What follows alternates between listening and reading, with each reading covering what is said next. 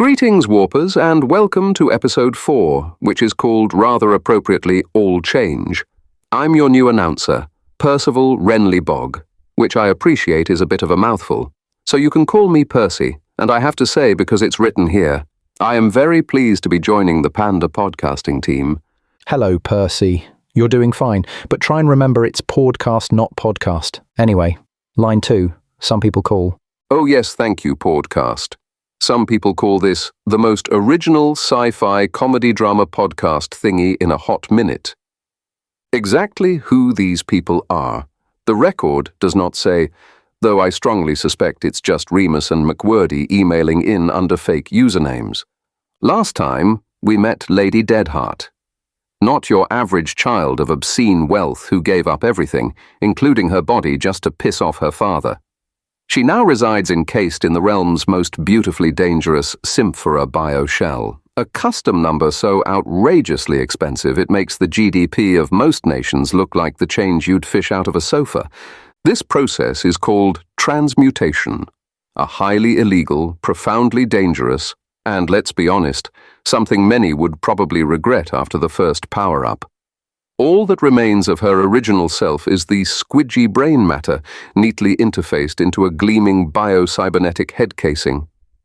What was once flesh is now theatre, a seamless fusion of beauty, danger, and rebellion. A living weapon with the bravado of a vaudevillian leading lady. And why am I telling you all this? Because we are about to cut to her ship, the Hyure, where Lady Deadheart is locked in a heated debate with her closest confidant Skylar, the holographic shipmind, and the only being who dares question her logic.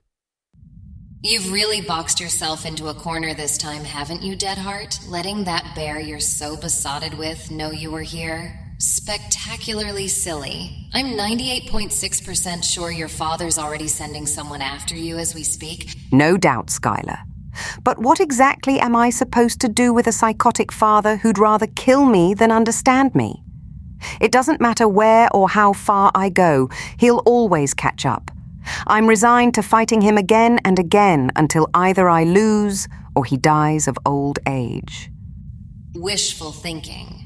With his money, he'll probably upload himself into a brain in a biosuit just to survive long enough to see you dead, or converted back into something he can point at and call his dutiful son who saw the error of his ways. Never.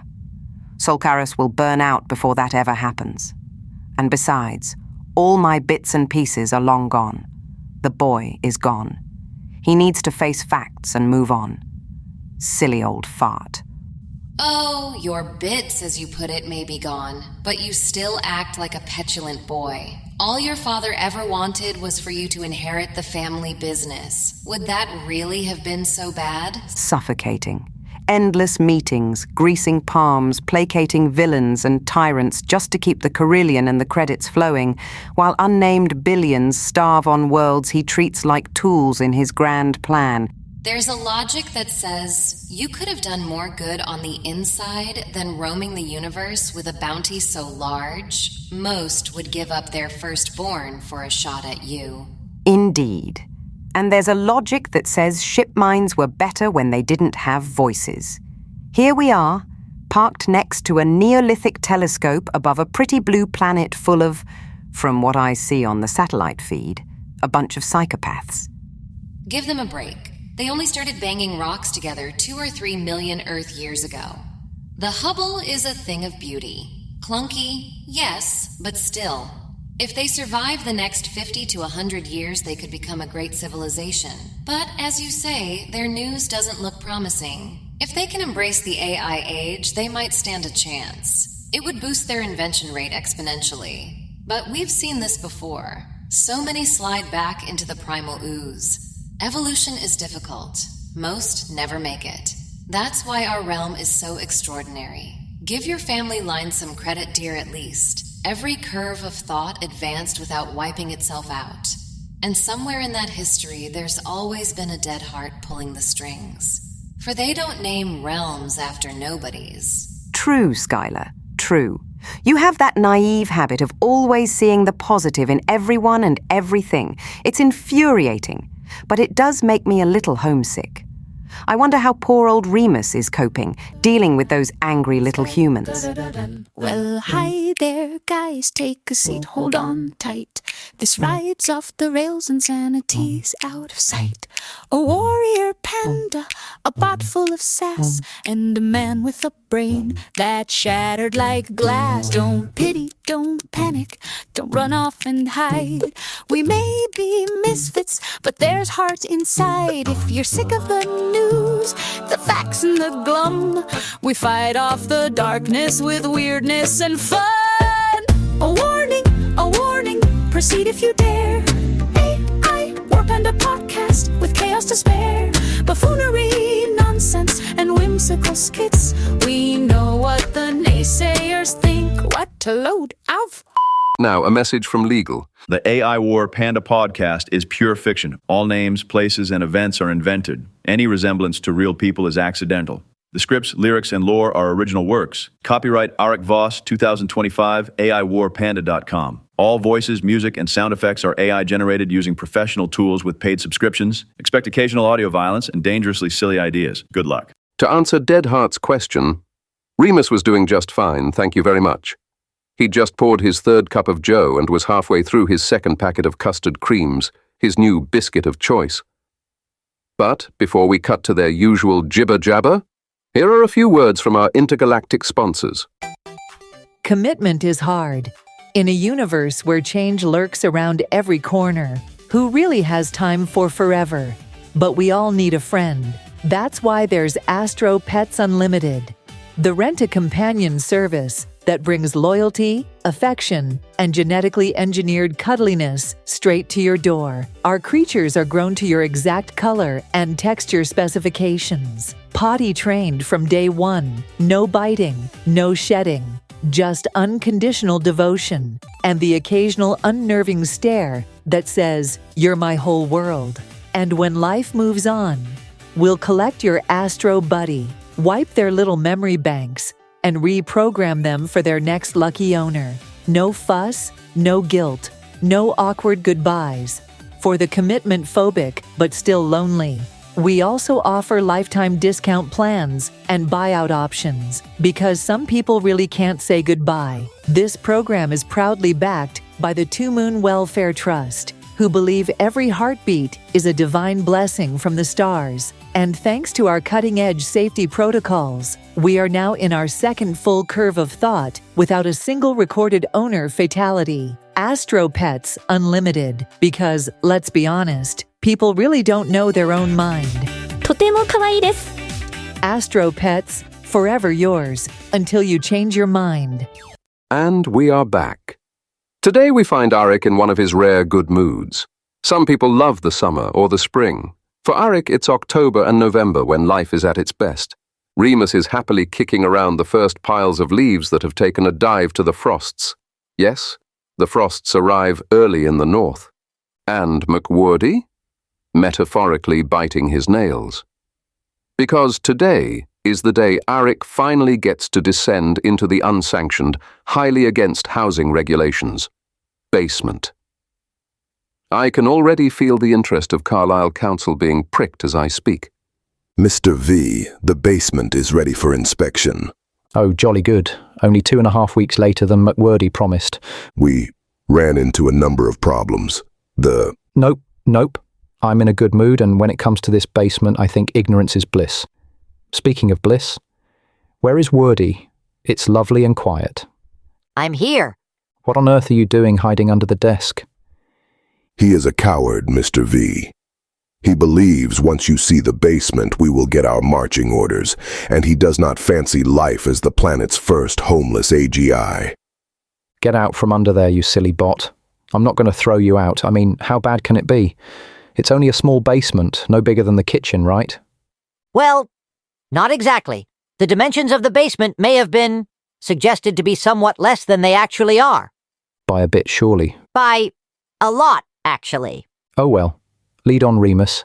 Let's get this over and done with so I can prepare myself for the next disaster. Very good, sir. You go first. Mind the staircase. It's rather long. Why is it I feel my good mood may have peaked for the day? Aric opened the hatchway, cloaked for over 8 months. Inside, 27 steps descending into shadow. The three slowly walked down, and at the bottom. By Woden's beard! Oh my, this isn't a basement, it's a bloody car park. This is really insane. It seems you two just can't stop amazing me. And no, not always in a good way.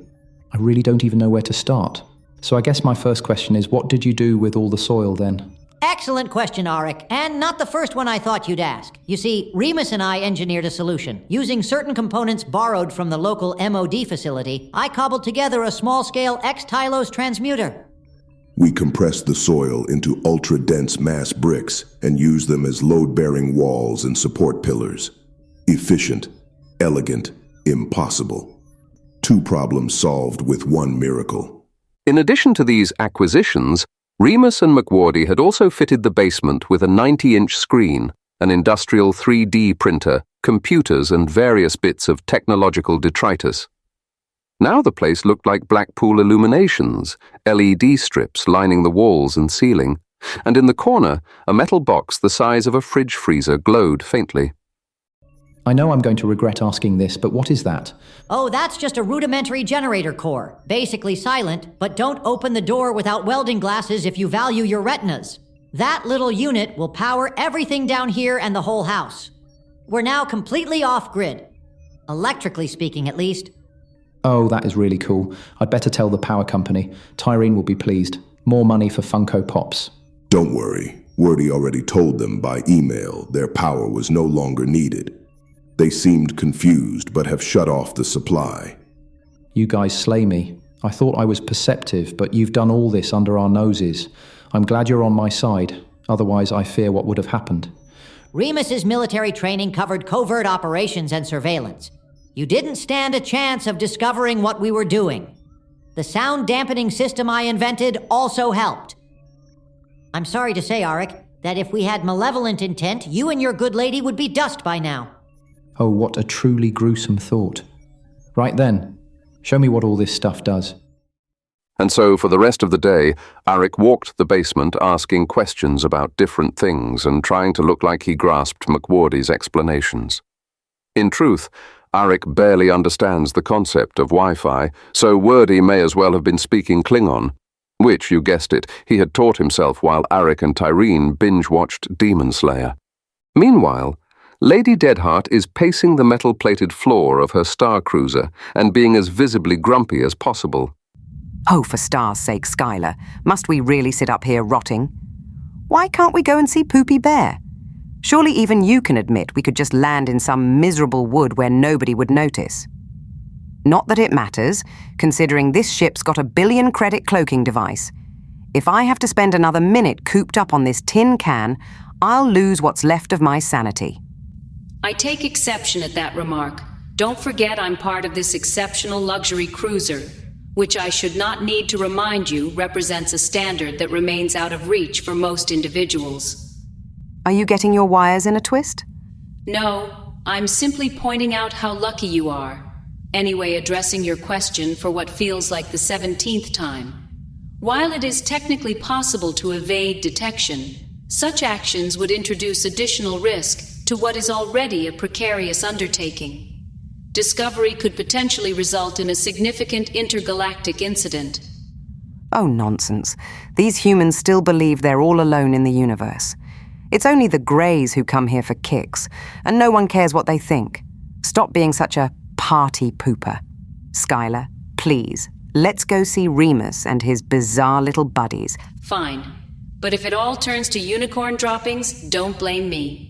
That's exactly the right answer, girlie. And just like that, without even a passing thought as to whether Aric might actually want a surprise visitor, spoiler alert, he wouldn't, Deadheart's ship engines roared to life and began its descent toward an uninhabited patch of the borders, which is most of it if the truth be told. Right, this seems like as good a place as any for a musical break. So here is Lady Maid of Symphora, written by Aric and created by some extraordinarily talented AI musicians.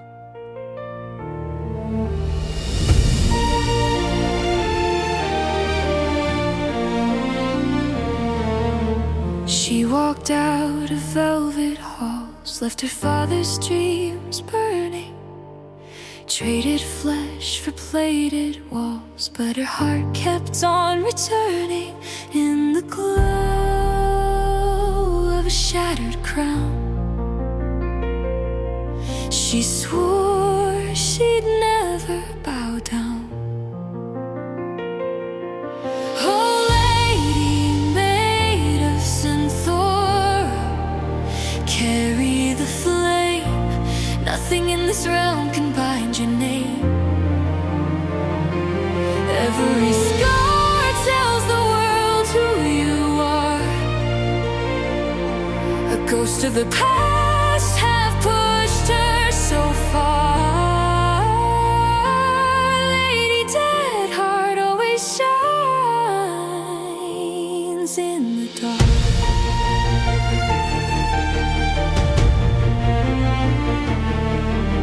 Her voice is a silver knife, cuts the silence sharp and yearning.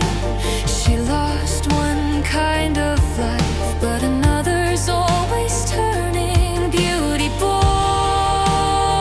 of rage and pain, dancing in the falling rain. Oh, lady made of synthora, carry the flame. Nothing in this realm can bind your name. Every scar tells the world who you are. A ghost of the past have pushed her so far. Lady Deadheart always shines in the dark. And the stars lean down just to hear her pain. The rebel child with the broken wings she gives to the lost she steals from the vein, and she's never able to go home again.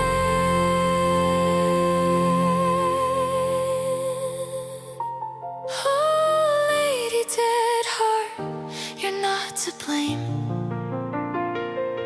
Everyone in your realm knows your name. Every scar tells the world who you are. The ghosts of the past have pushed you so far. Lady wrapped in synphora, shining in the dark.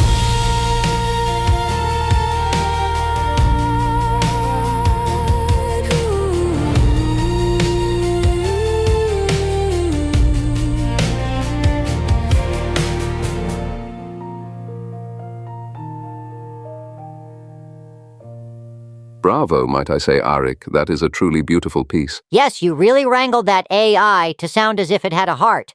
However, I feel compelled to point out it wouldn't know an emotion from a Bluetooth toaster set to existential dread. Oh, Wordy. You really know how to spoil the moment.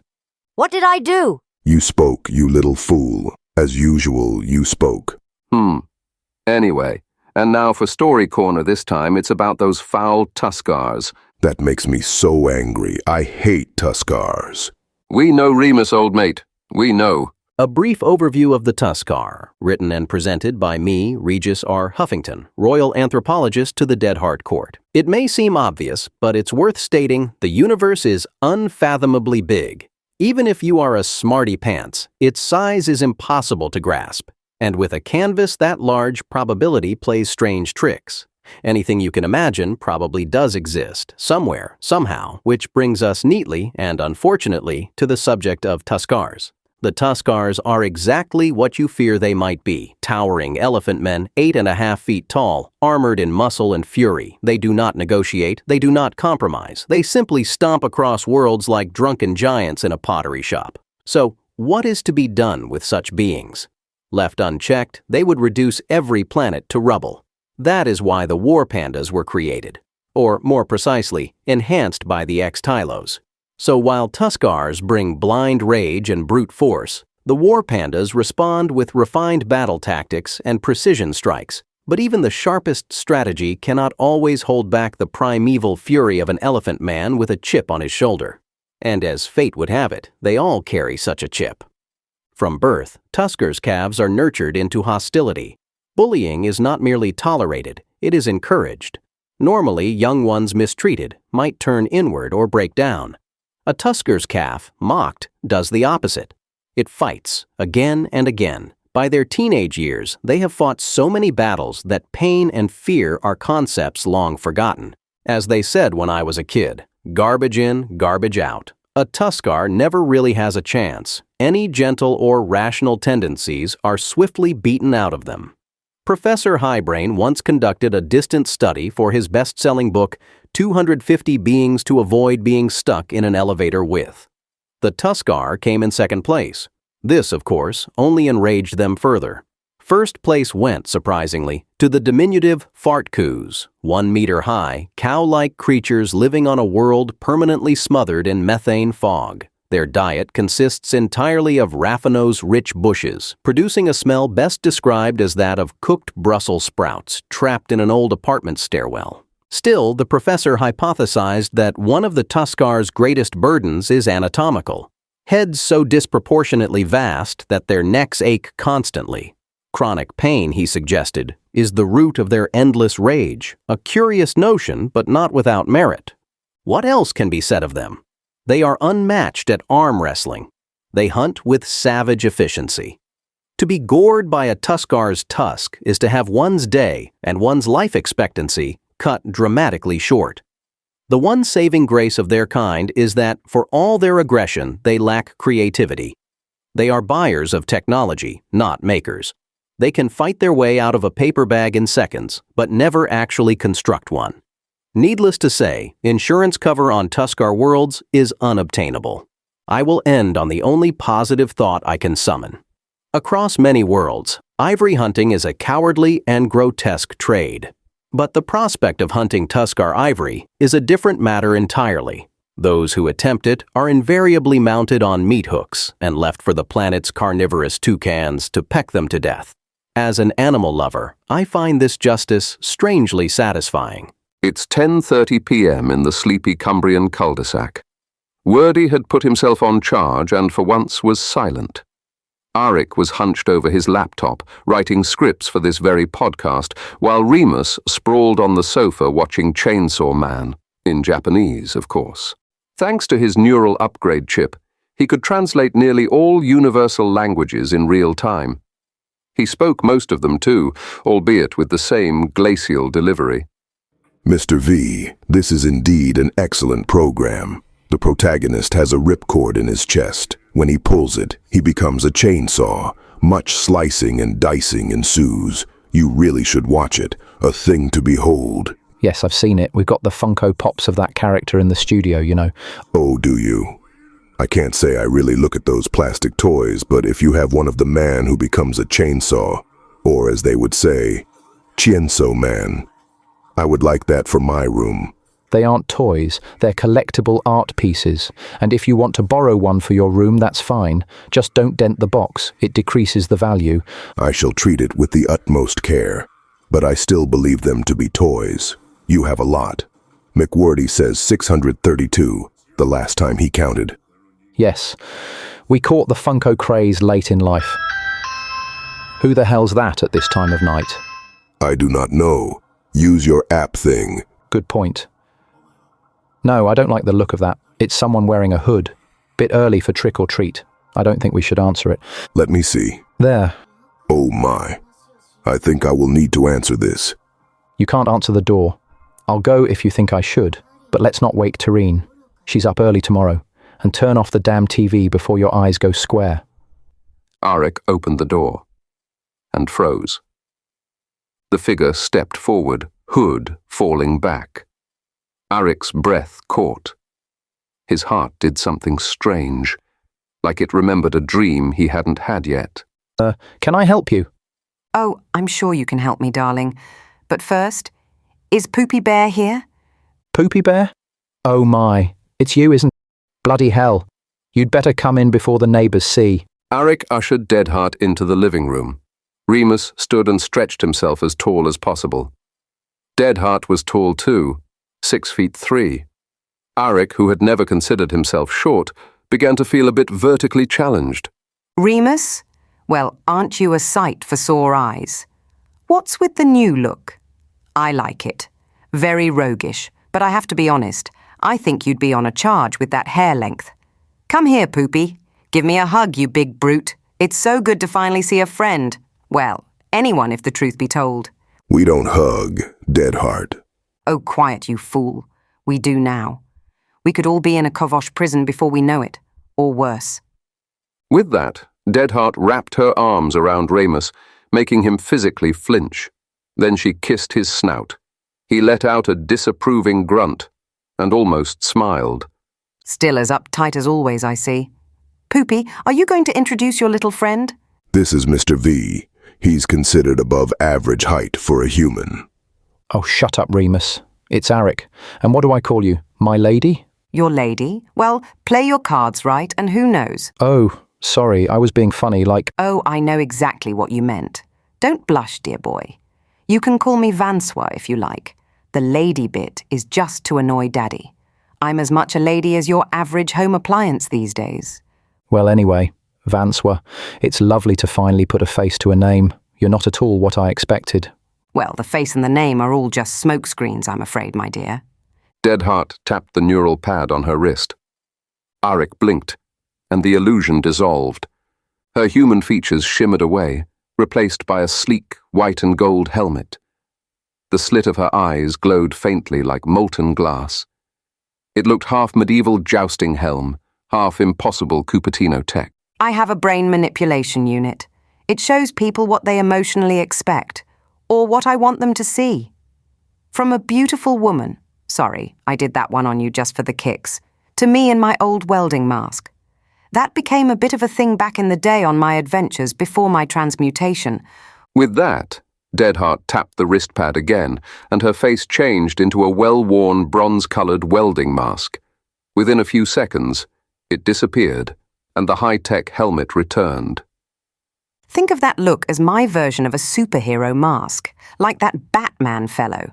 Your pop culture really is a blast, and maybe even your saving grace. I've been catching up on your little planet's short history. I need something to do to pass the time. Space is so fracking boring. As you're a friend of Poopy Bear, I can trust you, so you get to see me as I really am. Oh, wow. Sorry, darling. I'm sure this is all freaking out your cute little ape brain. Would me? I'm sorry to say I'm not that beautiful. Just all Symphora plating, processing cores, and a little curvy styling here and there. What do you think, darling? You're, amazing. I mean, it looks amazing. Stop your flirting and teasing, Deadheart. Aric is coupled for life with Tareen, who's upstairs asleep, so keep it down. Also, humans are not as backwards as their news would suggest. Coupled? They do that here? How quaint. Such a shame. Okay, no more ape jokes. Promise. But flirting is just in my nature. I don't mean anything by it. Unless, of course, I do. Aric went pink, caught between awe and embarrassment. Remus glowered, and Deadheart just smiled, enjoying every second of the discomfort she had caused. You shouldn't have come here. It puts Mr. V and his good wife in a difficult position. They're already in far too deep. He opened his home to me, saved me in many ways. And ever since, all I've brought them is stress and problems. That's not very nice, Remus. I tracked you halfway across the universe to warn you and help if I can, and you're saying I shouldn't pop down to see my favorite panda in all the worlds. My goodness, you really are still such a grouch. Aric, would you be so kind as to get me your finest falling down juice or whatever you have? I want a drink with my old buddy. And you can have one too, cutie. You drink? But how, if you don't mind me asking? Oh no, darling. It's not every day you get to talk to someone in a Symphora bioshell. I'm pleased to say I have slits and ports and little adaptive valves that do all kinds of different things. I can process liquids, solids, vapors, even emotional atmospheres if I'm in the mood. While I don't experience taste the way you do, no tongue, no nerves, no mouth to speak of, I do get something close. A kind of sensory echo. It's not pleasure exactly, more like a memory of what pleasure used to be. But don't worry, I can still get tipsy. Just takes a little longer, and I'm very entertaining when I do. Right. Well, I have some rum and some funky mango cider. It's really rather nice. Would that do? If it's alcohol, it will do. Trust me, a drink's a drink no matter what world you're on. And so, this unlikely bunch sat, toasted and chatted into the early hours. Aric fetched more and more drinks, listened, and tried to look like he understood the old friend's stories about a life he could barely comprehend. For once, life seemed normal, in its completely unnormal way. Maybe it was the rum, or maybe it was her voice, but Aric felt actually happy. And he thought he may as well embrace this elusive emotion while he could, because peace, happiness, and contentment seldom stay for very long. Well, if this angst-free ending to episode 4 feels a bit anticlimactic, don't worry. This podcast is a slow burn. Sooner or later, things will really start kicking off. For now, we're giving our gang the feeling of normalcy before we pull the rug out from beneath them and you. But I didn't tell you that, right? Anyway, you've been listening to the AI War Panda podcast. If you like what Aric does, why not like, subscribe, and leave a positive review? The algorithm gods eat that stuff for breakfast. And if you really, really like what you hear and are in a position to support his creative endeavors, check out his Patreon page, or simply spread the word on your favorite digital gossip channel. Or, if you're still talking to real people, tell them about this strange thing you listen to. Finally, I'd be remiss if I didn't tell you we are having a Halloween special, which will be released on the day itself, which should be fun. Till next time, Warpers, stay safe. And remember what my old grandmother used to tell me. Stop whining, you stupid brat. You'll be dead soon, and that's when your problems will really start. Das Programm ist zu Ende. Es ist nicht das Weltende. It's the end, the end, the end of the show. Not the world, as far as we know. We talked, we rambled, we tried our best. And that's why I call him Poopy Bear. Wow, that's bloody brilliant. Why do you have to tell everyone that story? It's so embarrassing. Well, we don't care because this is the end.